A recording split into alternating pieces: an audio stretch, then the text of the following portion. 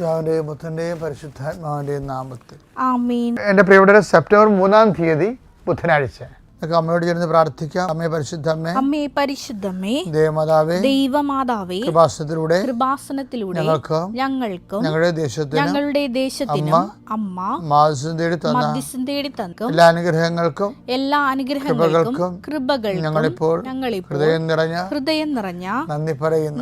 അമ്മേ പരിശുദ്ധമ്മേ, ദേവമാതാവേ, 2004 ഡിസംബർ 7 ഉച്ചകഴിഞ്ഞ് 2:30 കൃപാസനത്തിൽ സംഭവിച്ച അമ്മയുടെ പ്രത്യക്ഷപ്പെടലിനെ കുറിച്ച് തിരുസഭയ്ക്ക് സമർപ്പിച്ചിരിക്കുന്ന പഠനരേഖകളുടെ മേൽ സഭാത്മകമായ പഠനം ആരംഭിക്കുവാൻ ഞങ്ങൾ പ്രാർത്ഥിക്കുന്നു.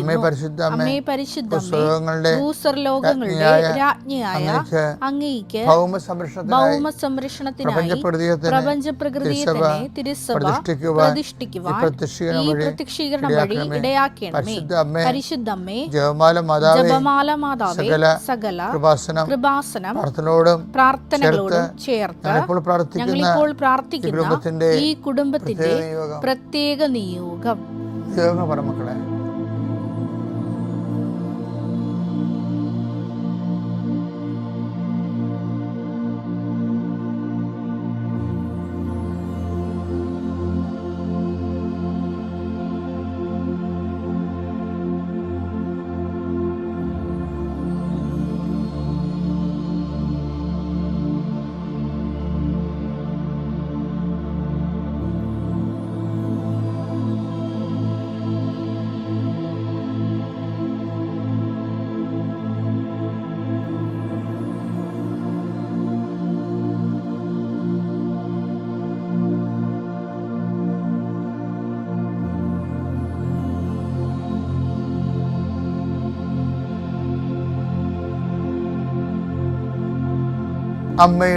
അമ്മയുടെ പ്രത്യക്ഷീകരണത്തിന്റെ ഈ അനുഗ്രഹവേളയിൽ ഞങ്ങൾക്ക് സാധിച്ചു തരുവാൻ കനിയണമേ. വിശ്വാസ പ്രമാണം. സർവശക്തനായ പിതാവും ആകാശത്തിന്റെയും ഭൂമിയുടെയും സൃഷ്ടാവുമായ ദൈവത്തിൽ ഞാൻ വിശ്വസിക്കുന്നു. അവിടുത്തെ ഏകപുത്രനും ഞങ്ങളുടെ കർത്താവുമായ ഈശോമിശിഹായിലും ഞാൻ വിശ്വസിക്കുന്നു. ഈ പുത്രൻ പരിശുദ്ധാത്മാവിനാൽ ഗർഭസ്ഥനായി കന്യകാമറിയത്തിൽ നിന്ന് പിറന്ന് പൊന്തിയോസ് പീലാത്തോസിന്റെ കാലത്ത് പീഡകൾ സഹിച്ച് കുരിശിൽ തറയ്ക്കപ്പെട്ട് മരിച്ച് അടക്കപ്പെട്ട് പാതാളങ്ങളിൽ ഇറങ്ങി മരിച്ചവരുടെ ഇടയിൽ നിന്ന് 3-ാം നാൾ ഉയർത്ത് സ്വർഗത്തിലേക്ക് എഴുന്നള്ളി സർവശക്തിയുള്ള പിതാവായ ദൈവത്തിന്റെ വലതുഭാഗത്തിരിക്കുന്നു. അവിടെ നിന്ന് ജീവിക്കുന്നവരെയും മരിച്ചവരെയും വിധിക്കുവാൻ വരുമെന്നും ഞാൻ വിശ്വസിക്കുന്നു.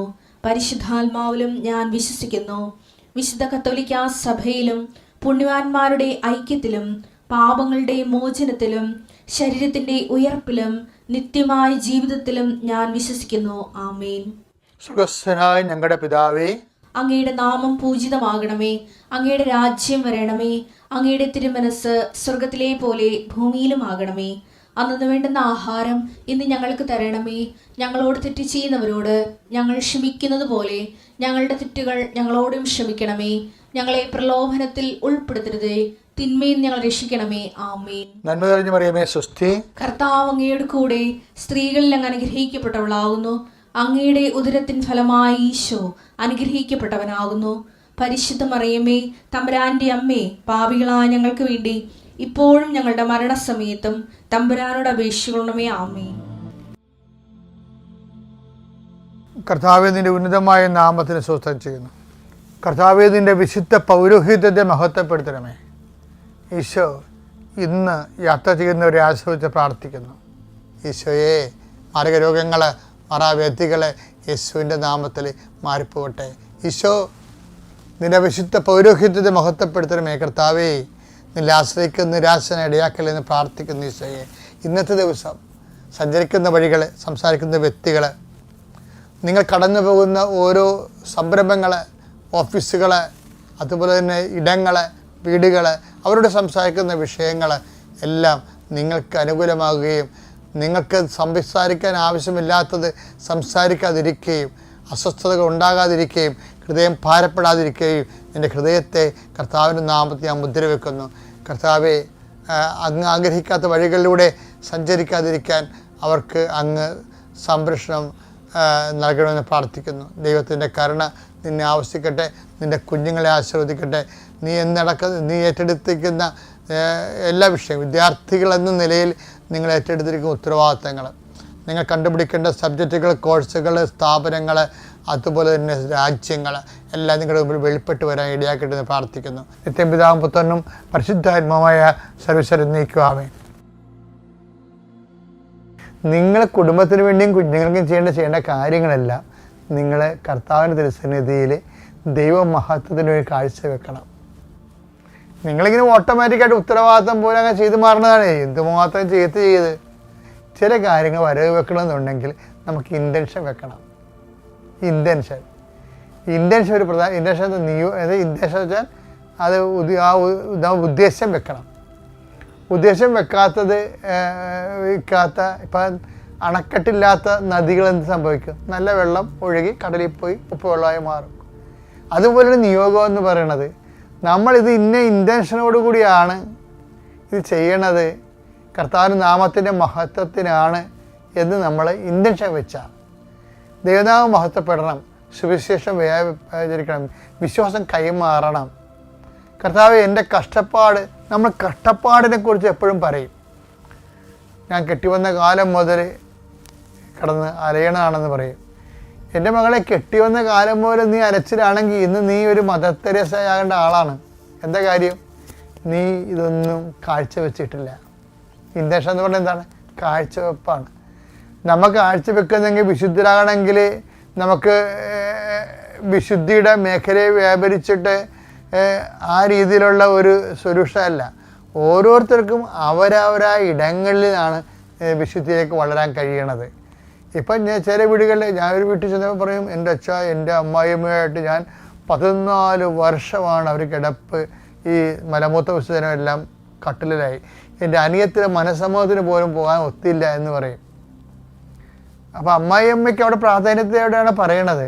പക്ഷേ ആ സാധനം മുഴുവൻ ഇവർക്ക് പൊന്നൊരുക്കി, അതൊരു ക്രൂഡ് ഓയിലായിരുന്നു. അതിന് ഏവിയേഷൻ ഓയിലാക്കി മാറ്റുന്നത്, പ്യൂരിഫിക്കേഷൻ നടത്തി കഴിഞ്ഞാൽ അതെങ്ങനെയാണ്? ഇൻറ്റൻഷൻ കാഴ്ചവെപ്പിലൂടെയാണ് പ്യൂരിഫൈ ചെയ്യുക. ഒരു ഇൻറ്റൻഷനെ പ്യൂരിഫൈ ചെയ്യണം. ഇപ്പോൾ നമുക്ക് കിട്ടുന്നത് എന്താണ്? Crude oil. ക്രൂഡ് ഓയിലിനെ നമ്മൾ പ്യൂരിഫൈ ചെയ്യുമ്പോഴാണ് ഡീസൽ, പെട്രോൾ, ഏവിയേഷൻ ഓയിൽ, വിമാനം പറപ്പിക്കുന്ന ഏവിയേഷൻ ഓയിലായിട്ട് മാറണത്. അതുപോലെ തന്നെയാണ് നമ്മുടെ കഷ്ടപ്പാടാണ് നമുക്ക് ക്രൂഡ് ഓയിൽ കിട്ടണത്. അത് ക്രിസ്തുവിൻ്റെ കഷ്ടപ്പാടോട് ചേർത്ത് വെച്ച് കഴിഞ്ഞിട്ട് ക്രിസ്തുവിൻ്റെ നാമത്തെ മഹത്വത്തിന് കാഴ്ചവെച്ച് കഴിഞ്ഞാൽ ഈ സംഭവം എന്ത് ചെയ്യുക? ഈ ഇരുമ്പയിര്, സ്വർണത്തിൻ്റെ അയിരൊക്കെ കറക്റ്റ് മാർക്കറ്റ് വാല്യൂടെ സ്വർണ്ണമായിട്ട് മാറും. നിങ്ങൾ കഷ്ടപ്പെട്ടതെന്നൊരു കാര്യമില്ല.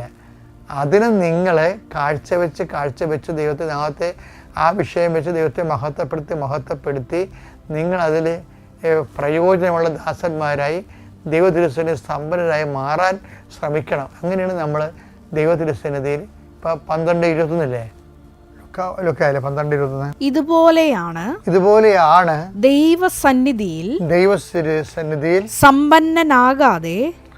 സമ്പന്നനാകാതെ തനിക്ക് വേണ്ടി സമ്പത്ത് ശേഖരിച്ചു വയ്ക്കുന്നവനും. അപ്പോൾ ദൈവതിരുസന്നിധിയിൽ സമ്പന്നനാകുക എന്ന് പറയുന്നത് ഒരു ചാലഞ്ചാണ്. അതെങ്ങനെയാണ് അത് നിറവേറ്റണത്? നമ്മൾക്ക് ഇട്ടിരിക്കുന്നത് അയിരില്ലേ, അതിനെ ശുദ്ധീകരിച്ച് സഹനത്തിൻ്റെ അയിരല്ല നമുക്ക് കിട്ടണത്. ചില വീട്ടുകാരുടെ രോഗമായിരിക്കും, ചിലപ്പോൾ ആശുപത്രി അവിടെ കൂടെ നിൽക്കണ കേസ് കെട്ടാകും, ചിലപ്പോൾ കുഞ്ഞുങ്ങളെ പഠിപ്പിച്ചതിൻ്റെ ഭാഗത്തായിട്ട് വന്നതിന് കടങ്ങളാകും, അതിൻ്റെ തിക്കുമുട്ടൽ കുടുംബത്തിൽ നമ്മൾ ഇന്ന് അനുഭവിക്കുന്ന വിഷയമാകാം. ഇത് അയിരാണ്. ഇതിനെ ക്രിസ്തുവിൻ്റെ സഹനത്തോട് ചേർത്ത് വെച്ച് ഇങ്ങനെ ഒരു സിറ്റുവേഷനിൽ കടന്നു പോകുന്നതും നിൻ്റെ സഹനത്തിൽ ഇത് വഴി പങ്കെടുക്കാൻ കഴിയുന്നതിലും ഞാൻ നന്ദി പറയുന്നു എന്ന് പറയുമ്പോഴാണ് ഈ പ്യൂരിഫിക്കേഷൻ നടക്കുന്നത്. അപ്പോഴാണ് താറ് വേറെ ഡീസൽ വേറെ ആയിട്ട് മാറണത്. അതെ, ഇപ്പോൾ താറൊക്കെ വരുന്നത് എങ്ങനെയാണ്? ഈ എണ്ണ ശുദ്ധീകരിച്ചുകൊണ്ടല്ലേ വരുന്നത്. അപ്പോൾ അതുപോലെ താറ് വേറെ, തെർമോക്കോൾ വേറെ, സോപ്പ് വേറെ, ഡിറ്റർജൻറ്റ് വേറെ, അതുപോലെ ഡീസൽ വേറെ, പെട്രോൾ വേറെ ആയിട്ട് വരണത് എങ്ങനെയാണ്? അതുപോലെ തന്നെയാണ് ക്രിസ്തുവാണ് ഇതിനെ പ്യൂരിഫൈ ചെയ്യണത്. ക്രിസ്തുവിൻ്റെ സഹനങ്ങളിലൂടെ ഇത് കയറ്റി വിട്ടിട്ട് ദൈവത്തിന് നന്ദി പറയണം. അത്യപൂർവ ദൈവാനുഭവങ്ങൾ ഇനി നിങ്ങൾക്കും സ്വന്തം. ഈ യൂട്യൂബ് ചാനൽ ഇതുവരെ സബ്സ്ക്രൈബ് ചെയ്തിട്ടില്ലെങ്കിൽ ഇപ്പോൾ തന്നെ സബ്സ്ക്രൈബ് ചെയ്യുക. ഈ വീഡിയോ ഇപ്പോൾ തന്നെ നിങ്ങളുടെ സുഹൃത്തുക്കൾക്ക് ഷെയർ ചെയ്തുകൊണ്ട് കർത്താവിൻ്റെ പ്രേക്ഷിതരാകുക.